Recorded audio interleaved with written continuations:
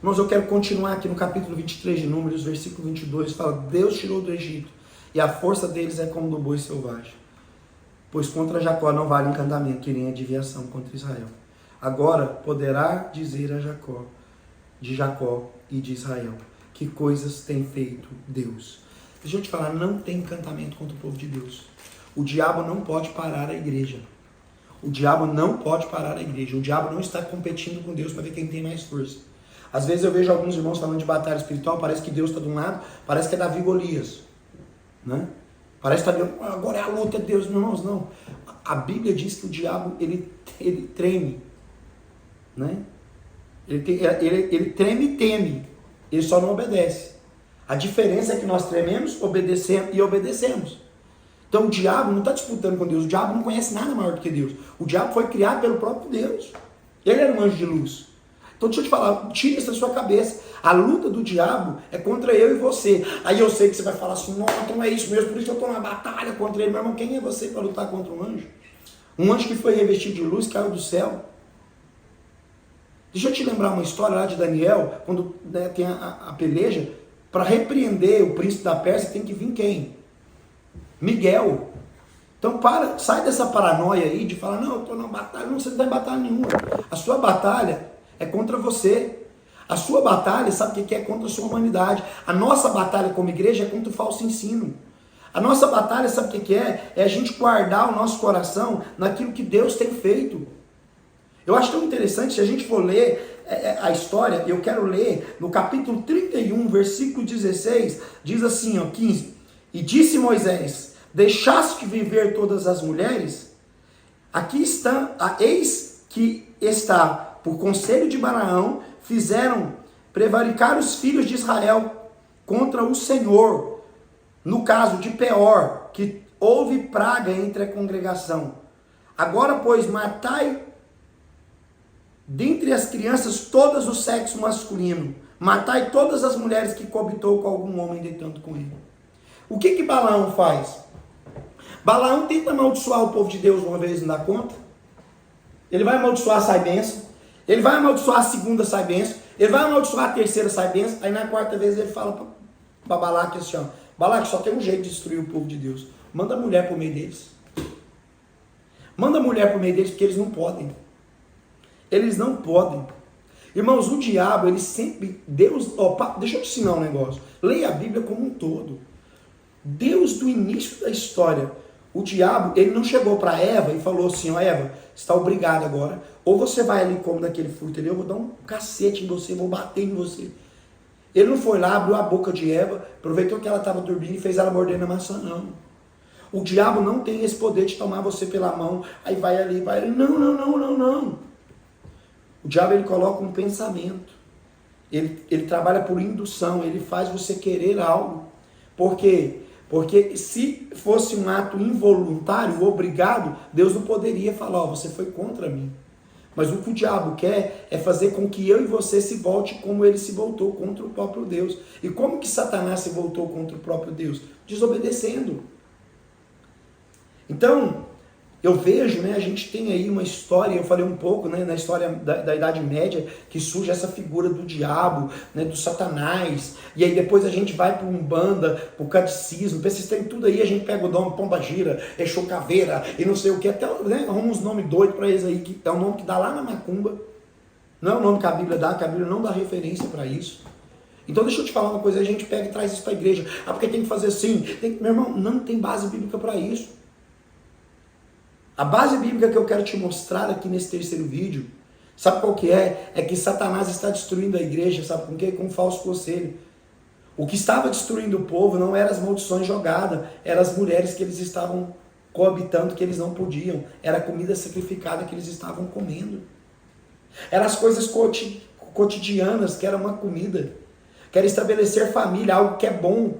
Porque esse é o projeto de Deus, estabelecer família. Mas eles estavam estabelecendo família com um povo que não devia. Então Moisés tem que levantar e mandar matar. E se você for ler, Moisés fala, joga tudo no fogo, no versículo 23. Joga tudo no fogo, vamos provar essas coisas. Irmãos, para de sustentar ensinamento que não tem nem base bíblica. Eu vejo muitos homens que acreditam mais em livros que leem do que nas próprias escrituras. Irmãos, pelo amor de Deus, deixa eu te falar, não vai ter como você se apresentar diante de Jesus e falar, ó, eu creio em tudo que o pastor Késio me disse. Paulo, ele fala ainda que um anjo, ele não está falando de um homem não, ele está falando que ainda um anjo venha e prega outro evangelho, que esse anjo seja amaldiçoado. Irmãos, qualquer homem, qualquer anjo que esteja pregando o evangelho fora do que a Bíblia diz, ele está sendo amaldiçoado e ele está amaldiçoando a sua vida. Pastor, eu preciso fazer batalha espiritual. Não, você precisa se arrepender. Arrependimento não é escrever um papelzinho X. Uma vez me deram um papelzinho para me fazer uma quebra de maldição, eu botei X em tudo. Não estava nem sabendo o que era. Eu falei, não, já é para perdoar, então vamos limpar aqui a conta. Aí joga no fogo, queima. Meu irmão, o que precisa queimar não é o papel, o que precisa queimar é os seus hábitos, é a sua vida. A confissão que você precisa fazer não é diante de alguém falando, ó, meu irmão, eu me arrependo, eu fiz isso, eu fiz aquilo. Você precisa arrepender diante de Jesus. Confessar os pecados uns para os outros significa ter uma vida aberta, para que ninguém tenha nada para falar para você. Significa que eu estou disposto a expor o meu pecado, para que o outro aprenda e não cometa o mesmo. Então nós vivemos uma geração, nós temos uma geração aí dos livros, Divina Revelação do Inferno, um mundo tenebroso, não sei o que, e daí vem esses pensamentos. Então antes de você crer em alguma coisa, pergunte de onde vem esse ensinamento, quem criou isso? Porque, irmãos, deixa eu te falar, ainda que seja pregado por mim qualquer evangelho que esteja longe da vida de Cristo e que esteja longe das escrituras, longe dos ensinamentos do apóstolo Paulo, que escreveu 13 livros do Novo Testamento, metade quase, 27 livros, ele escreveu 13. E alguns estudiosos têm dúvida se Hebreus foi ele ou Apolo. Então deixa eu te falar uma coisa, esse homem, o apóstolo Paulo, um homem que entregou a sua vida nas prisões, escrevendo livros, enquanto o Império Romano aprisionava eles, pensando que estava aprisionando os crentes, eles estavam nos dando um livro que libertaria as nossas mentes das falsas religiões, que libertariam homens. Deixa eu te contar, a Bíblia, irmãos, é um livro que é proibido em mais de não sei quantos países. Por que é proibido? Porque essa Bíblia, se ela for lida, se a sua vida condizer com ela, o que vai estar? Você vai estar condizendo com aquilo que Deus está fazendo. Mas eu preciso, irmãos, pelo amor de Jesus, me dê atenção. Pare de crer num monte de baboseira. Olha para a sua vida, meu irmão. Eu não estou falando isso para um, para A, para B, para C, não. Eu estou falando para todos. A nossa vida, a minha vida, eu como um pastor, Nicolas, eu preciso condizer com as Escrituras, meu filho. E se tiver algo desajustado, eu preciso parar e pedir Bíblia, me leia. Irmãos, eu sempre brinco que eu já não leio mais a Bíblia que me lê agora, porque eu leio aqui, eu falo, não, eu preciso melhorar, eu preciso aprender, eu preciso andar em amor, eu preciso ser mais um cristão verdadeiro, eu preciso compartilhar, eu preciso praticar a piedade. Mas os ensinamentos de Balaão, não tem, parece uma coisinha à toa, não, eu queria que você profetizasse. Irmãos, o diabo não vai vir para a porta da igreja proibir as pessoas de vir para a igreja, não. O diabo deixa as pessoas vir para o culto e faz com que as pessoas não entendam a palavra, ou distorçam ela. Ah, mas eu nasci assim, eu aprendi assim, porque esse é meu chamado. Irmãos, deixa eu te falar, o meu chamado, sabe qual que é? É servir a Cristo. O meu chamado é ser idêntico a Cristo.